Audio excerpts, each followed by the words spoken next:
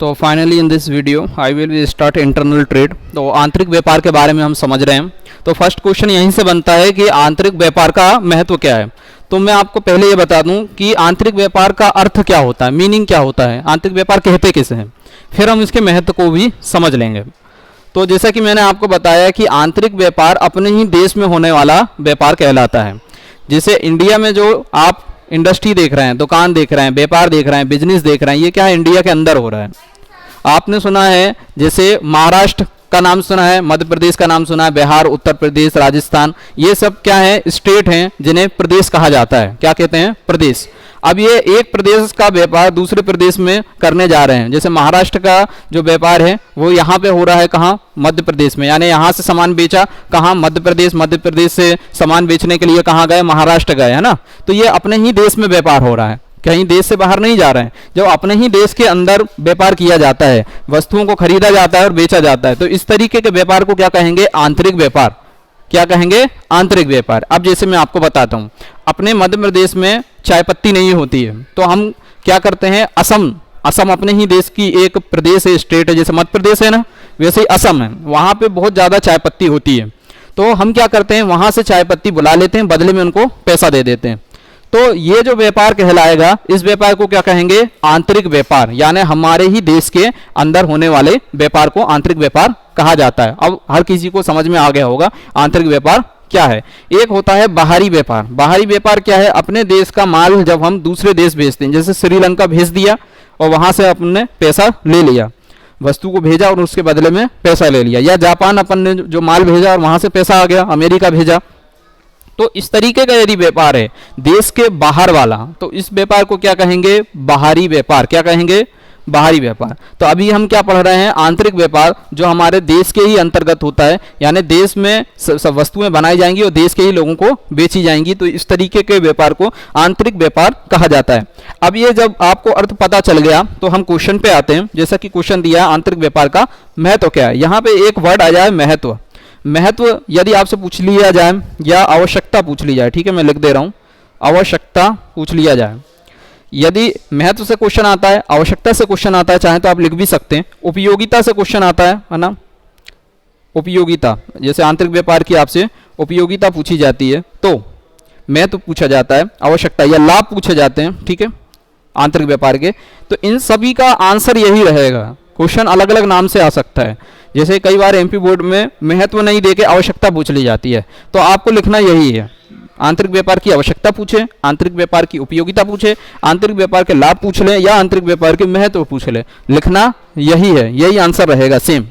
तो जैसा कि मैंने आपको बताया था, अब नीचे हम पॉइंट पे आते हैं। फर्स्ट पॉइंट क्या है, संसाधनों का अनुकूलतम प्रयोग। संसाधन क्या है, संसाधन किसे कहते हैं और क्यों हमारे लिए जरूरी है इसको समझना। इंग्लिश में इसको रिसोर्स कहा जाता है। क्या कहा जाता है, रिसोर्स।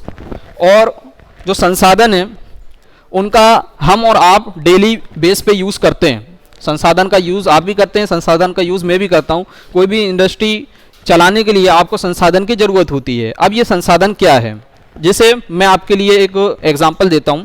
आप मान लीजिए एक गांव से आते हैं, गांव से बिलोंग करते हैं, तो कोई मोटर बाइक से आता है ना, कोई बस से आता है, कोई ट्रेन से आता है, दूर से आने वाले। तो ये आना आपके लिए किसके थ्रू हो रहा है, किसके जरिए हो रहा है, किसकी वजह से हो रहा है। बस से आने वाला बस क्या है, उसके लिए साधन है। मोटर बाइक से आने वाला मोटर बाइक क्या है, उसके लिए साधन है, ठीक है। बस और ये टेम्पू या ट्रक उससे भी आते हैं, तो वो सब क्या कहलाएंगे, उसके संसाधन कहलाएंगे। काम को सरल बनाने के लिए संसाधनों का उपयोग करना जरूरी है, नहीं तो काम सरल नहीं होगा। पैदल कब तक चलोगे, गांव से आते हो 5 किलोमीटर दूर है, बाइक होगी तो जल्दी आ जाओगे, पैदल कब तक चलोगे, नहीं चल पाओगे। इसलिए संसाधनों का उपयोग व्यापार में भी किया जाता है। अनुकूलतम एक वर्ड आया है यहाँ पे, मैं अंडरलाइन कर रहा हूं इसको, अनुकूलतम। अनुकूलतम का मतलब क्या है, अनुकूलतम किसे कहते हैं। एक होता है प्रतिकूल, एक होता है अनुकूल। तो यहां पे मैं अनुकूल की बात कर रहा हूं। प्रतिकूल का मतलब होता है बुरा प्रभाव, अनुकूल का मतलब होता है अच्छा प्रभाव। अब आई बात समझ में। संसाधनों का ऐसा इस्तेमाल करें कि उनका अच्छा प्रभाव पड़े। ये नहीं कि मोटर बाइक चला रहे हैं, हवा में खूब ऐसे कट मार रहे हैं और गिर पड़े, हाथ पैर टूट गए, हड्डी पसली एक हो गई, ये क्या है, प्रतिकूल। और एक बेहतरीन उसने बैग पैक किया, चुपचाप जैसे गाड़ी चलाते हैं, चुपचाप आया यहाँ पे, गाड़ी को उसने पार्किंग पे लगाई और आ गया। ये क्या है? अनुकूलतम प्रयोग, सही सही प्रयोग कराया जा रहा है। और प्रतिकूल प्रयोग मैंने बता दिया, एक्सीडेंट हो जाता है उसमें। तो एक प्रतिकूल प्रयोग होता है और एक अनुकूल प्रयोग होता है। ये दोनों ही प्रयोग हमको समझने की जरूरत थी। अब मैंने जैसा बताया आपको, संसाधनों का अनुकूलतम प्रयोग करना, तो जैसे ही हम आंतरिक व्यापार करते हैं, अपने देश का व्यापार करते हैं, तो देश के ही संसाधनों का उपयोग करेंगे कि विदेश के साधन का उपयोग करेंगे? बताइए भाई। आप देश में व्यापार कर रहे हैं, अपने ही शहर में रहकर व्यापार कर रहे हैं, अपने प्रदेश में रहकर व्यापार कर रहे हैं, तो इस तरीके का व्यापार क्या है? आपका आंतरिक व्यापार है। और इसमें आप अपने ही संसाधनों का प्रयोग करेंगे। किसी और की गाड़ी लेके जाओगे क्या? अपनी गाड़ी लेके जाओगे। समझ पा रहे हैं बात को? जैसे घर से स्कूल तक आए आप, आपका स्कूल आपके घर से 5 किलोमीटर दूर है, आपने अपनी गाड़ी लेके आए ना? अपनी गाड़ी लेके आए ना? तो यही बता रहा हूं मैं कि संसाधनों का अनुकूलतम प्रयोग इसलिए होता है क्योंकि हम अपने ही संसाधनों का यूज करते हैं। अब मान लीजिए आप भोपाल चले गए किसी काम से, अब भोपाल गाड़ी लेके तो गए नहीं थे, ट्रेन से गए थे, ठीक है। अब स्टेशन से आपको किसी अपने परिवार संबंधी जिससे मिलने आए थे वहां तक जाना है, बाइक तो है नहीं, कार से जाओगे, या तो ऑटो करोगे या वहाँ पे बस चलती है वो करोगे, फिर अपने संबंधी जो जिनके पास जाना चाहते हो जाओगे। समझ पा रहे हो बात को? तो वहाँ पे आपको बदले में पैसा देना पड़ेगा, तो वो पैसा ज़्यादा लगता है, चार्ज ज़्यादा लगता है। और आपकी बाइक होती पेट्रोल डला लिए तो आपको कम चार्ज लगता है, कम पैसा लगता है। और बस में या दूसरे ऑटो रिक्शा में देंगे तो 100 रुपये, 150 रुपये, 200 रुपये तक मांगते हैं आपसे। समझ में आ रही बात? तो ये फर्क हो जाता है। तो हमको संसाधनों का अनुकूलतम उपयोग, ये वाला पॉइंट समझ में आ गया? अनुकूलतम उपयोग करते हैं नहीं करते सभी लोग, संसाधनों का सही सही प्रयोग करते हैं ना? आ गया समझ? हाँ। अब नेक्स्ट जो है पिछड़े जो क्षेत्र हैं उनका विकास। आंतरिक व्यापार पिछड़े क्षेत्रों का विकास करने में सहायक होता है क्योंकि आंतरिक व्यापार के माध्यम से पिछड़े क्षेत्रों का विकास किया जा सकता है। ये पिछड़े क्षेत्र होते क्या हैं? पिछड़े क्षेत्र कहते किसे हैं? पिछड़े जो इलाके हैं उन्हें क्या कहा जाता है? जिसे इंग्लिश में कहते हैं बैकवर्ड एरिया। क्या कहते हैं? बैकवर्ड एरिया, पिछड़े इलाके। देखो, आप ऐसे गांव में चले गए या ऐसे शहर में चले गए, ना वहाँ पे हॉस्पिटल है, ना जाने के लिए रोड है, कच्चा रोड है, बिल्कुल रास्ता कच्चा, और बारिश हो रही है और बारिश में कीचड़ ही कीचड़ है, ना गाड़ी भी नहीं चल रही वहाँ। आप क्या कहेंगे? बहुत पिछड़ा इलाका है यार, रोड तक नहीं है, यहाँ पे गाड़ी चलाना चाहते हैं, टायर ही फंस गया है, 2 घंटे से परेशान हो रहा है, टायर तक नहीं निकल रहा, कीचड़ इतना ज़्यादा है। कहते नहीं कहते? तो ऐसे इलाके जहाँ पे विकास नहीं हुआ है, जहाँ पे सड़क तक नहीं है ना, ऐसे इलाकों को क्या कहा जाएगा? पिछड़े इलाके। क्या कहा जाएगा? पिछड़े क्षेत्र। अब आई समझ में? अब देखो यहाँ पे पिछड़े क्षेत्रों का विकास। अब आप व्यापार कर रहे हैं, आपको शहर जाना पड़ता है माल बेचने के लिए, आपके जैसे और भी व्यापारी आपके ही गांव में रहते हैं, उनको भी जाना पड़ता है। सबने सोचा अपन एक काम करते हैं, सरकार से अपील करते हैं कि यहाँ पे सड़क बनाई जाए। हम लोग अपना माल लेके जाते हैं, रास्ते में गिर जाता है या सड़क अच्छी नहीं है तो हमें परेशानी जाती है। तो आपने जब सरपंच के पास अपील लगाई, सरपंच ने अपने शहर में बताया कि यहाँ पे सड़क की ज़रूरत है, कुछ दिन बाद आपके गांव में सड़क बन जाएगी। तो पिछड़े इलाकों का भी क्या हो रहा है? विकास हो रहा है। पिछड़े इलाकों का भी क्या हो रहा है? विकास हो रहा है। वहाँ पे सड़क बन गई तो अच्छी बात हुई नहीं हुई? विकास हुआ कि नहीं हुआ? आई बात समझ में? तो ये चीज़ भी रोजगार। अब आप नेक्स्ट देखते हैं, रोजगार में वृद्धि करने में सहायक। अब आंतरिक व्यापार क्या है? रोजगार में वृद्धि करने में सहायक होता है। क्यों? क्योंकि इसके माध्यम से रोजगार में वृद्धि हो जाती है। अब कैसे हो गई? आपने सुना होगा हमारा बेटा बहुत पढ़ा लिखाया और फिर वो कहाँ चला गया? विदेश चला गया। रोजगार कहाँ मिल रहा है उसको? विदेश में। व्यापार कहाँ कर रहा? विदेश में। तो ये नहीं होगा। जब आपका बेटा पढ़े लिखे और अपने ही देश में व्यापार करेगा तो रोजगार अपने देश के युवाओं को मिलेगा नहीं मिलेगा? उसने कोई कंपनी खोल ली, मान लीजिए अपने ही प्रदेश में उसने एक कंपनी खोल ली और उसमें 50,000 उसको कर्मचारी की जरूरत है, कर्मचारी काम करेंगे, तो आप सब लोगों को रोजगार उस कंपनी में मिलेगा कि नहीं मिलेगा? और यदि वो कंपनी खोले ही ना, विदेश चले जाए, वहां जाके बैठ जाए, तो विदेश के लोगों को मिलेगा। तो आंतरिक व्यापार से यह फायदा होगा कि अपने ही देश में जब व्यापार किया जाएगा तो आप ही लोगों को, यानी देश के ही लोगों को रोजगार प्राप्त होगा। तो रोजगार के अवसर बढ़ेंगे कि कम होंगे? रोजगार में वृद्धि होगी कि कम होगा? रोजगार बढ़ेगा ना। तो उसी को कहते हैं रोजगार में वृद्धि होने में सहायक। अब आई सब बात समझ में आ गई? नेक्स्ट नहीं आई तो एक बार और समझा देते हैं। किसको नहीं आई? हाँ, तो यहां पे देखो, जीवन स्तर में सुधार करने में सहायक। अब जीवन स्तर किसे कहते हैं? इंग्लिश में कहते हैं लाइफ स्टाइल, इंग्लिश में कहते हैं लाइफ स्टाइल, और हिंदी में कहते हैं जीवन स्तर में सुधार। अब ये जीवन स्तर में सुधार क्या है? हाँ, लाइफ में चेंजेस, वेरी गुड। कैसे?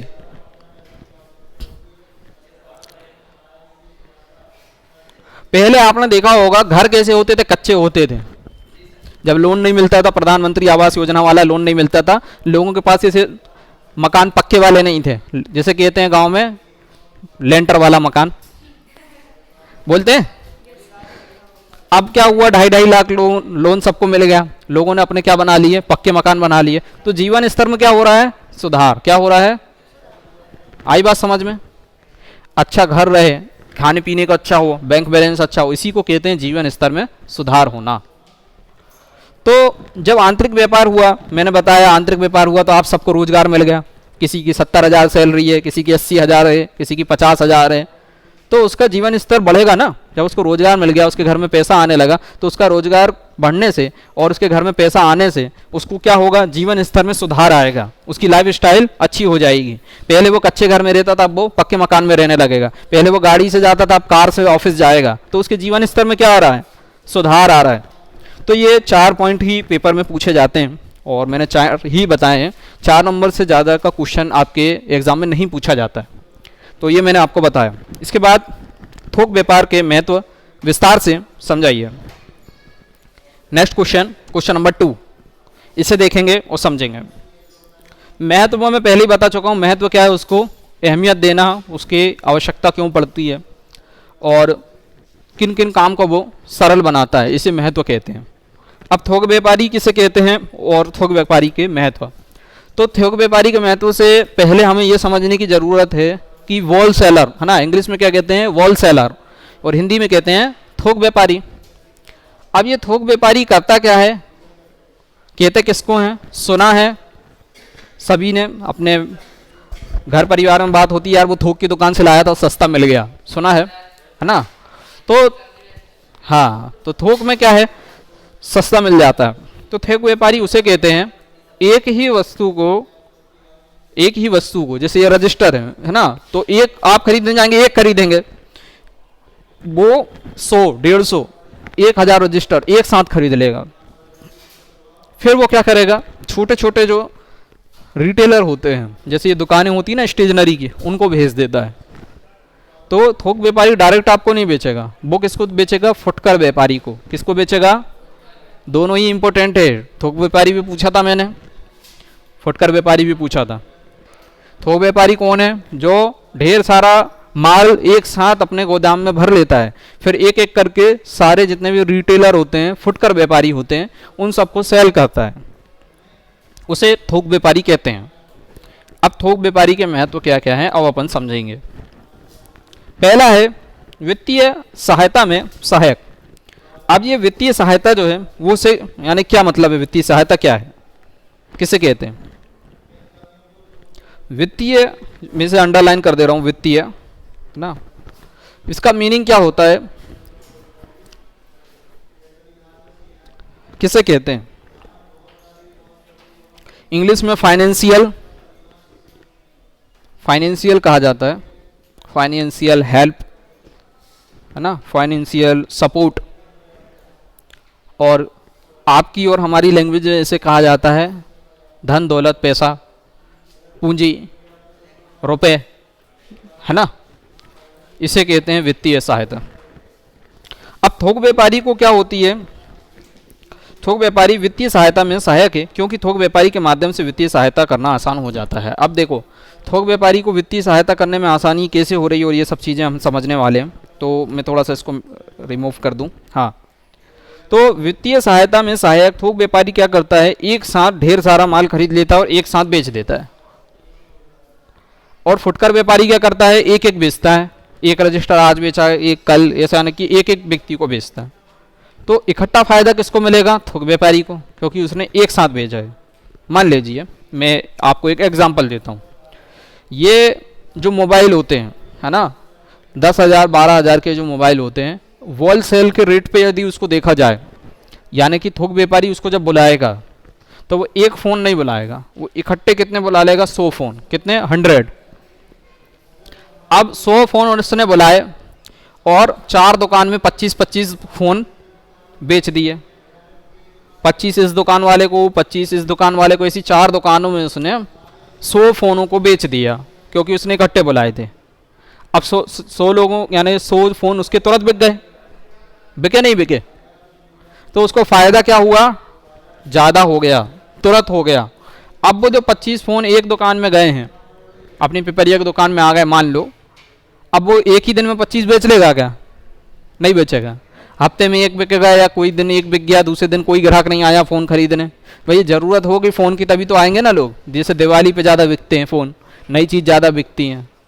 तो समझाने का मतलब ये है कि वित्तीय सहायता में थोक व्यापारी को क्या हो जाएगी, सहायता होगी, क्योंकि वो इकट्ठा माल बेचता है और ज़्यादा पैसा कमा पाता है, और फुटकर व्यापारी थोड़ा थोड़ा कमाता है। अब आई समझ में? नेक्स्ट, सूचना प्रदान करने में सहायक। अब थोक व्यापारी द्वारा उपभोक्ता की रुचि आवश्यकता से संबंधित सूचना उत्पादकों को प्रदान की जाती है।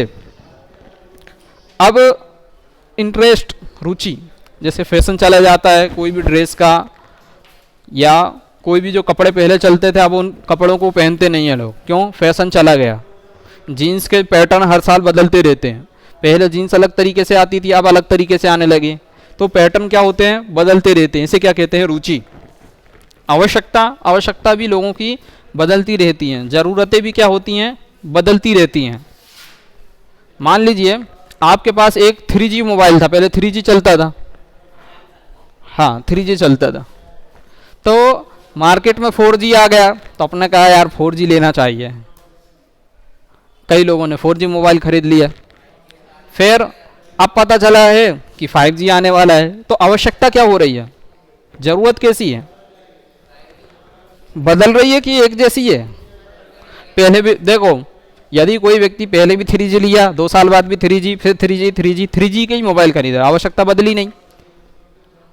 3G से 4G पे आ गया, 4G से 5G पे आ गया, 5G से 6G पे भी जा सकता है। ये क्या, आवश्यकता बदल रही है, चेंज हो रही है। अब आई बात समझ में? तो थोक व्यापारी को पता चल जाता है, तो वो फुटकर व्यापारी को बता देगा कि लोगों की जो इंटरेस्ट हैं, लोगों की जो रुचि हैं, वो बदल चुकी हैं, और उनकी आवश्यकता भी क्या हो गई है, बदल चुकी है। अब आई बात समझ में? थोक व्यापारी को पता चल जाता है, तो ये सूचना प्रदान करेगा। क्या करेगा, सूचना प्रदान करेगा। किसको, फुटकर व्यापारी को। किसको, फुटकर व्यापारी को बताएगा कि अब कोई ये फ़ोन नहीं खरीदता भाई साहब, 3G का ज़माना गया, 4G के मोबाइल खरीदते हैं लोग, 5G के मोबाइल खरीदते हैं, तो आप भी वही मोबाइल खरीदो जो मैं बेच रहा हूँ। आई बात समझ में? तो ये सूचना प्रदान करने में सहायक। आई बात समझ में? इसमें आपको कोई डाउट तो नहीं है किसी को, कोई तरीके का? नेक्स्ट, मांग पूर्ति में संतुलन बनाने में सहायक। थोक व्यापारी मांग और पूर्ति में संतुलन बनाने में सहायक होता है। अब ये मांग क्या है, पूर्ति क्या है? हालांकि इकोनॉमिक्स में मांग और पूर्ति का पूरा चैप्टर रहता है, उसमें पढ़ाया जाता है मांग पूर्ति। मैं सिंपल आपको बता देता हूँ। मांग होती है डिमांड और पूर्ति होती है सप्लाई। अब मांग क्या है, मान लीजिए आपके 1 महीने बाद पेपर है, 1 महीने बाद पेपर है, और आपको क्या ज़रूरत है, पढ़ाई करने की ज़रूरत है। किसकी ज़रूरत है, पढ़ाई करने की ज़रूरत है। तो आप क्या करेंगे, ज़्यादा से ज़्यादा स्टडी मटेरियल, है ना, स्टडी मटेरियल लेंगे। ये आपकी क्या हो गई, मांग। और जिससे भी खरीद रहे हैं वो क्या करेगा, आपको पूर्ति करेगा। पूर्ति यानी आपने मांगा तो आपको स्टडी मटेरियल दे देगा, तो ये क्या कहलाएगी, पूर्ति। मांग और पूर्ति समझ में आया है? मांग यानी आपकी ज़रूरत, पूर्ति यानी उसका मिल जाना, ये दोनों चीज़ें। अब देखो इन दोनों में संतुलन होना चाहिए। जैसे आप दुकान गए, उसने कहा 2 महीने बाद किताब आएगी, आप कहते 2 महीने बाद तो पेपर ही हो जाएंगे, फिर क्या करेंगे किताब। दूसरी दुकान गए, उसने कहा ले लो किताब। यानी मांग और पूर्ति में संतुलन है। संतुलन समझ में आया? जैसे ही आपने मांग करी, उसने बुक निकाल के आपको दे दी, आपने खरीद ली, ये क्या कहलाएगा, संतुलन। इससे पहले वाली दुकान गए थे आप, वो कह रहा है 2 महीने बाद आएगा, संतुलन नहीं है। 2 महीने बाद बुक को क्या करेंगे, वो कोई काम की नहीं रहेगी, जब तक आपके पेपर भी हो जाएंगे। आई बात समझ में? ये संतुलन होता। रोजगार प्रदान करने में सहायक। थोक व्यापारी द्वारा विभिन्न प्रकार के प्रचार प्रसार के माध्यम से अनेक व्यक्तियों को रोजगार प्रदान किया जाता है। अब देखो, थोक व्यापारी अपनी वस्तुओं को बेचना चाहता है कि हमसे आके खरीदो, वो क्या करेगा, विज्ञापन निकालेगा, एडवर्टाइज निकालेगा, जगह जगह पोस्टर चिपकते हुए आपने देखे हैं ना, 50% ऑफ, 10% का डिस्काउंट है, साड़ियों पे भारी कीमत में आपको क्या दिया जा रहा है, डिस्काउंट दिया जा रहा है। ये आपने सुना है, व्यापार जगह जगह क्या होता है, एडवर्टाइज की जाती है। तो जो एडवर्टाइज कर रहे हैं उनको क्या मिल रहा है, रोजगार। क्या मिल रहा है, रोजगार। एक टीम लगा दी 10 लोगों की, वो पूरे शहर में चिल्ला चिल्ला के माइक पे चिल्लाएंगे या चोंगे वो लेके जाते हैं, उसमें देखना आप कभी, ये गाड़ी चलती है उनकी, उसमें कंपनी का प्रचार है और सस्ता माल दिया जा रहा है, 100 रुपये में 4 बोलते हैं ना। तो इस तरीके की जो प्रचार किए जा रहे हैं, इससे लोगों को रोजगार मिलता है, जो एडवर्टाइज कर रहे हैं उनको रोजगार मिलता है। तो इस तरीके की चीज़ें रोजगार प्रदान करने में थोक व्यापारी को प्रचार प्रसार के माध्यम से व्यक्तियों को रोजगार भी प्रदान किया जाता है। तो ये पूरे ही पॉइंट मैंने काफ़ी अच्छे से डिस्कस किए हैं। तो इसी तरीके की वीडियो पाने के लिए चैनल को सब्सक्राइब करें, लाइक करें, ज़्यादा से ज़्यादा इसे शेयर करें।